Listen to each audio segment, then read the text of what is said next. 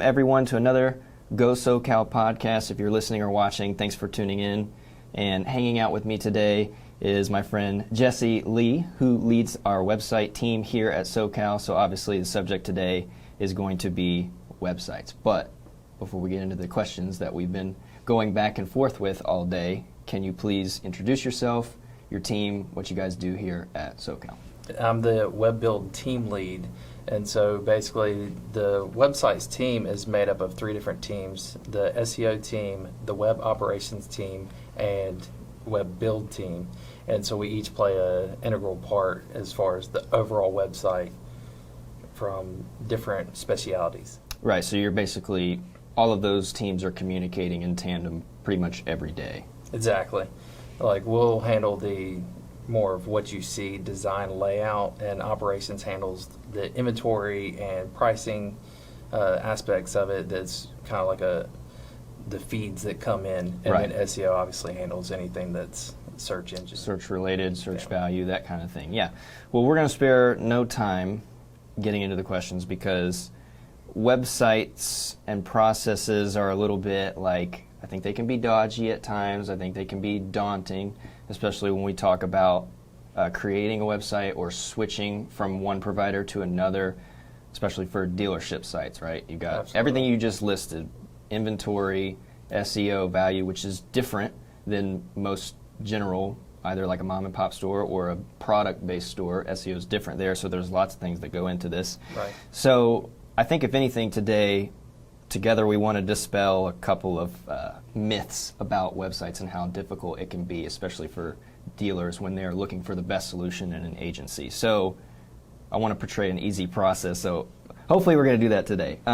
If you could give me the top three things, if you had to just pick three things that your team would need, or those three teams in tandem, what are the three things that we need for a website to get ready? Like what should the dealer be looking for to know in the back of their head? What the dealer would really need to provide is who is your inventory provider, what your design layout, like what features you're trying to definitely achieve with this site, and then anything that is you're currently established with as far as other providers. We want to make sure that we retain those items, like your chat tools and any type of credit app. Third-party things, right? Yeah, absolutely. And so that process is going to look a little bit different, though the questions may be similar. The process might look a little bit different when we talk about switching a provider versus immediately starting up. Right. Right. So if it's a brand new client, they're still going to be asked the same exact questions, but it's just as far as the expectation, since certain elements will require certain things to be done first, we're going to make sure that that expectation is set as far as we can't provide a credit application tool if you don't have your CRM set up for a brand new store. So let's say that they are like a dealership, potentially a new client for us, or anywhere that they may be looking, is specifically looking to switch. And I feel like this is the part that is the daunting one. Like, I don't want to switch. I don't want to go through that. So let's say for this case, there's a plethora of reasons that they may want to switch, and it might not just be like looks or style, although I do believe they play a very big role in a consumer-based world. What should the dealership look out for when they make a switch? I know you just listed the third party, but the key things that they should look for in an agency. So maybe not necessarily the pieces that we need, but right. What's the key components of an agency? So I think you need to look at how well the sites are converting. Okay. And as far as customization for the sites, because some sites are some providers are very basic, and here's your template. You can choose these from these three color schemes. Whereas we can open that up and say, okay, if you don't like this where it's at, where do you want it on the page? Customability, basically. Exactly. And then being able to still tie into all the third-party tools that you currently use, because it's not fun to be able to not bring somebody you've already been working with for years to your new site. So would you say, because there are so many third-party things that you can plug in and use, do you think that causes limitations at times? Are there maybe not necessarily preferred ones over other ones, although with anything I'm sure there are, but like, Right. does that provide, like, is that a big limitation? There hasn't been any third-party tools that we haven't been able to find a way to integrate with so far. Sometimes it can be a little daunting just because if it's someone we haven't dealt with firsthand in the past, you have to figure out where that's going to fall at in what we currently have set up and see whether we need to build out a feature set for tying that into, or whether it's something where we just need to make little tweaks here and there.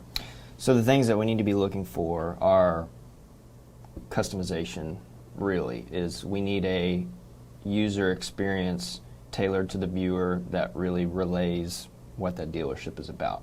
So Right. we're not going to be making templated sites that are the same 7 blocks that you see on hundreds of sites, because that's just not, there's no diversity there. There's no custom user experience to that. Right. So we need to be looking for customability. We need to be looking for those third-party integrations to make sure that there's no limitations. And then I like what you said earlier about really knowing your inventory provider, right? Absolutely. That's one of the things that we try to strive for, is making sure we're building our relationships with not just internal departments but external providers, because that makes it so much easier to, if there should be any issues, we already know who we're speaking to, they know us, and so it just makes the process so much easier. So let's talk about, since we've been talking about process, the components, let's talk about our process for starting a new website. So whether it's from scratch, from the ground up, or if it's a transferring site, how does that process look like for us? Like what are we doing to get started? So for that, we start off with, so there's actually an additional team that is the web launch team. And so what they'll do is they'll handle the communications between the client and then all the web teams that are involved. So there's a jot form that is filled out with all the basic information, inventory provider. There's information about granting us access to pre-existing analytics and all the bits and pieces that we can need to really just hit the ground running. And from there, the web build team can go ahead and start building on the layout that is desired, usually based off of one of our sites that we've done before, or components, and adding them, mix match.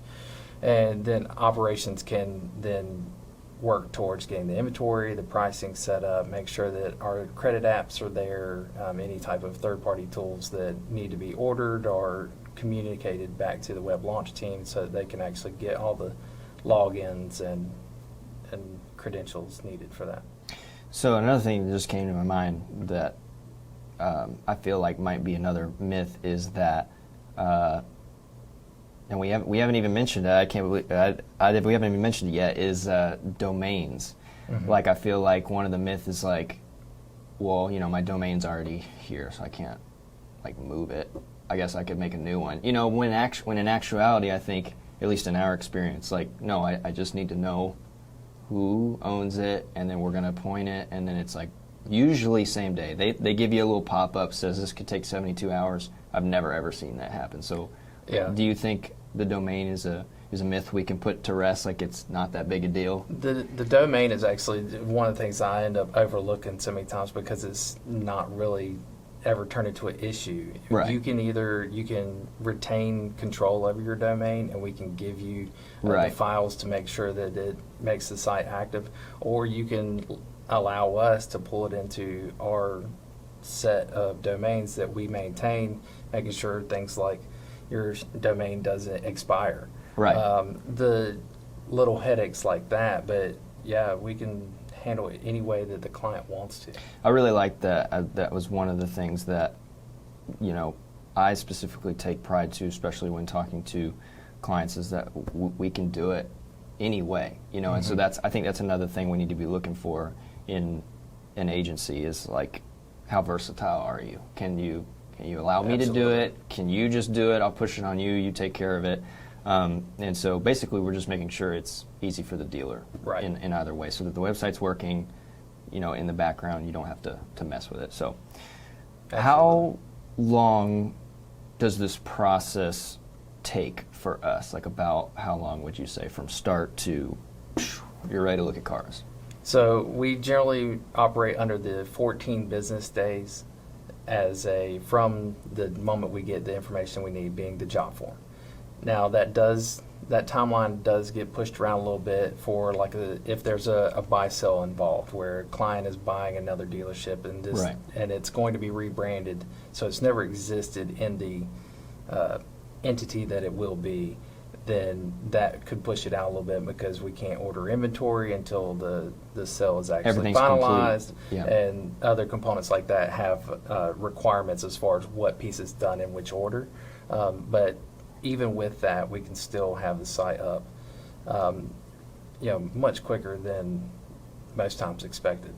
So do you think, in your experience, is it most often that you see just a transfer, like a dealership already has a site and they're wanting to switch for some reason, they're coming over to us or maybe somewhere else, and it's just a complete switch? Or is it that we're building from the ground up? What do you think is most common? I think ground up is an interesting choice of words because technically it's from the ground up regardless. Right. Even I threw you a in curveball, transfer, but you hit it. Yeah, it's because the site didn't exist, Right. or at least within our system. So if we can replicate the site you already had, but it's still being rebuilt. As far as like custom pages that you already had, we can replicate those pages. But that's one of the things that we do see is more times than not it's a transfer instead of being a brand new dealer. But we have been actually having an increase of brand new sites for stores that haven't even been established yet. So right, and it's definitely very a growing exciting industry. Yeah. Right, and it's not so much that like what you were saying is we can copy design, but we're not actually, like, we're still designing it from the ground up. That's why I kind of use terms like that. We're not just like somehow gonna Command C, Command V, copy paste your site over to us. It's like it's gonna be us, Right. Which is another thing that we take pride in. Everything is gonna be yours, custom. Absolutely. So it's time to talk about response time in the automotive industry. So what should a dealer look for in terms of response time? So I'm thinking about things like errors, issues, additions, whole page additions. Maybe it's sales and promotions additions. Maybe it's just banners, Right. things like that. I feel like this is a struggle at times, is response time. So what Absolutely. should a dealer look for in terms of response time? So I can only speak for us. I know other providers have been. It's a common complaint that they're just not that quick. Right. But as far as what that timeline looks like, I've never experienced it. So I can only speak for as far as our response time is. Most things can be done within 24 hours, and a lot of times could actually even be same day. As far as like you need a brand new page created, we can definitely have that within a couple days, whereas I know for a button is from the time that a person gets on the ticket to completion, it's more times not same day if it comes in early enough. Right. So I think you just mentioned it. A lot of times the biggest struggle outside of converting leads, things like that, is when listening to potential dealerships or potential clients, listen to their struggles, is response time. So why do you think, like if you just had to guess, like why do you think there are agencies that are struggling with response time? I think a lot of times it's due to how big they are.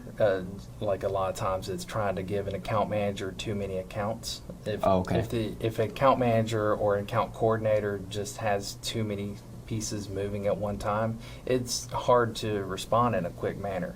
So that's one of the things that we try to do is make sure that everybody is able to handle what they have, or if we need to move people around to make sure that the client gets what they need. That's that's what we'll do. So what is it that we're doing to make that better so that response time can be sometimes same day, Gotcha. 24 hours, definitely within the same week, Right. So I think the fact that you have both account coordinators and account managers are both in communication with the client. So if you have multiple hands working on a ticket at the same time, and so if an account coordinator comes and speaks to someone on the web build team to have a change made, they're able to actually communicate through that. And that's one of the big things is everyone that is involved sees the communications happening. So if something were to be misstated or isn't quite clear, it's easy to ask a question and get a response back quickly, because that's one of the toughest parts is I understand what you're asking, but there's a piece of it that's still not it's quite not clear. making sense. Right. So being able to actually shoot out a question real quick through email and then receive it back, or even through Slack if it's just a detail about something, to be able to have that quick communication and then be able to say, okay, I got you, now I can proceed. And we do really well at the internal communication to make sure that the ball stays rolling. Yeah, and I feel like our coordinators they're definitely familiar with this space, and a lot of times they can interpret based on what the situation or what the issue is, but I think that they're good at like qualifying, like you said, responses that say like, I need these specific details, and if we get these details in the next email, then we're going to get on it and get it done. Yeah. So I feel like that that group of hands that's on the one issue is really what's making it fast. Absolutely. And so speaking on team collaboration, there's a lot of teamwork, a lot of collaboration that's going on. So what does that look like? Like how, not necessarily look like, because you've already been speaking about what it looks like. How do you handle the collaboration so that way we can function the way that we do? I think one of the really useful things is we have our own in-house mailbox system, and so it's very easy to communicate with other teams that we're all copied on emails, but if you have a team that's not copied on an email but they're definitely a part of the problem, we can definitely just push it over to their team, have them input their piece, and then push it back. And so it makes it really easy to just use this ticket system to collaborate for certain things, like tracking numbers are held by paid search. And so if we don't quite know what is set up there for the tracking numbers, it's easy to just communicate with them real quick through our ticket system, and then come back and then communicate with all of the pieces together back to the account coordinator or the account manager. Yeah, and I think that we're hitting on another quality, another aspect, or not another one, we're hitting on the same one, which is versatility. Like and I guess customization, because in that same ticketing system, right, we can assign those hands that need to be on it so that it's one group collaboration. It's not, I send you an email, then you say, well, we got to get them on this. So you send the email over there, and then I'm in an email chain, and then they send the email somewhere else, but I didn't get it. So now, so I feel like we've streamlined that together so that we know this department head or this coordinator or this build or this whatever is all right there in the same ticket, integrated, and then we can go through with the change. Absolutely. So there's a lot more that we can unpack, and maybe we'll do that another time. But I have one or two more questions for you. But mainly I really want to know if there are other myths that you want to dispel before we sign off, whether they're small or maybe large. Because I feel like there's fear in this realm of websites, because it is your digital showroom. Like, you have all your vehicles there. So what can we put to rest in terms of myths? I think one of the big things is trying to figure out that some features, while they may sound great, are not as have a positive impact as maybe assumed. Like one of the things was making sure that when someone clicks off the site, having a pop-up saying, "Are you sure you want to leave this site?" That actually has a lot of negative impact on return customers. And so, for example of type things. So being able to really bring the customization, but be able to say, let's collaborate on what we think will help the site versus hurt the site. Because I think that's one of the things is people know what they want, but they don't know how to achieve it. And instead of having the ability to discuss out what options are on the table, it's just kind of a dart at the wall type thing. Let's try this. If it doesn't work, we'll switch it to something else. So I think that's one of the things that would be nice to move past is actually collaborating on what would be a good outcome that we're trying to achieve. I think the other thing is trying to understand what all moving pieces are going on as far as like where the line between each team is. Okay. Because I feel like a lot of times we get confused as far as internal communication as where does SEO stop and web operations begin. And web build is just kind of all over, overlapping both of those teams. So it's nice to try and clear those lines to say, okay, where do these teams, or where do we see them on the site so that we know exactly who to communicate with first, just for the sake of that response time, because that'll definitely help making sure that the response times are stay low. Yeah, and I think that's another strength is the distinction in line and clearing up and setting expectations. Like you said, this ticket, if you will, or whatever issue or something that needs to be added isn't going to some sort of global team at some agency that we've just branded website. It's this request is going to come in, and then it is going to be put to the specialists, the team of specialists that can have it. So if it's search related, it's going to go to them. If it's build related, visual, it's going to go to you. And if it's inventory related or something like that, it's going to go to the operations team. And so I feel like that's where we have a lot of strength as opposed to a global team that's trying to do too many things at once. Absolutely. So thank you so much for coming on the podcast. This was very insightful. I feel like I have more questions, but we'll do a part 2 in the future. So I look forward to having you on for a future conversation, but thank you again. Thank you.